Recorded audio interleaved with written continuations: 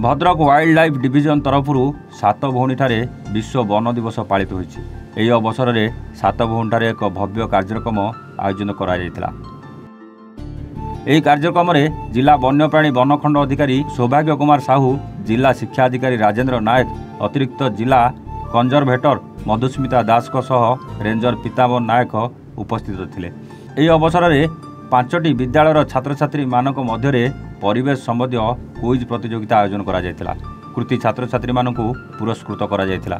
छात्र छात्री सह शिक्षक और शिक्षयित्री मानकु मध्य एही कार्यक्रम में सामिल करा जायतिला।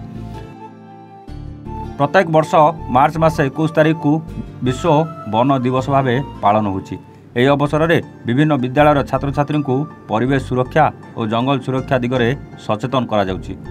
परिवेश सुरक्षा दिगरे प्रत्येक छात्र छात्री गोटे लेखाएं गछ लगाई आह्वान दि जाउछि। तेबे परिवेश सुरक्षा दिगरे शिक्षा विभाग मध्य आर्थिक अनुदान प्रदान करा जाउथबा कहिसंती जिला शिक्षा अधिकारी। विद्यालय गुड़िकरे वृक्षरोपण पर प्रोत्साहन करा जाउछि। छात्र छात्री वृक्षरोपण पर शिक्षा विभाग में सचेतन करुछि। जिला वन्यांचल वनखंड अधिकारी कहिसंती जे विश्व तपायन रोकिबा पई परिवेश सह वृक्ष सुरक्षा और वृक्षरोपण निहाती आवश्यक। एथिर थीम रही जंगल और खाद्य।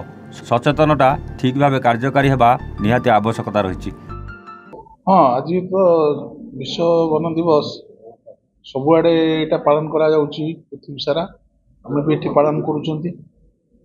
आम जो सात भौणी ठारे आमर कॉन्फ्रेंस हॉल जो मीटिंग रखी एमर मुख्यतः विभिन्न स्कूल छात्र छात्री मान थिले, VSS मेंबर्स थिले, ता सहित आमर स्टाफ भी थिले। ये विश्व वन दिवस मुख्य थीम तो रहा फॉरेस्ट एंड फूड, केमिति जंगल सहित खाद्य अंगांगी भाव जड़ित। जंगल नथिले खाद्य केमती उत्पादित हो पारिबो नै से बाबद तो मुझे आपण मैंने शुणी। तेणु सेटा मेन उद्देश्य। ता सहित ये छात्र छात्री मानक भितर कोमलमती पिला मानक भितर जंगल प्रति भल पाइबा आउ जंगल संपदर सुरक्षा कले कौन जे आम आगु को लाभ पाइबा से बाबद में सचेतन कराला, जहाँकि से निश्चित भाव में स्कूल। मो मनीषा मल्लिक, शिक्षयित्री सात भौणी उच्च विद्यापीठ।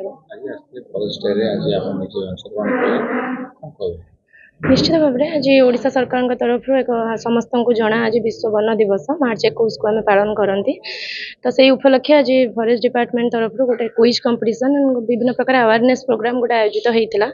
विभिन्न विद्यालय पिला नहीं गोटे बहुत सुंदर प्रोग्राम आयोजन है। जो प्रोग्राम रे विभिन्न प्रकार दिग विषय में आम आलोचना कले जो मैंने उपस्थित गेस्ट थे।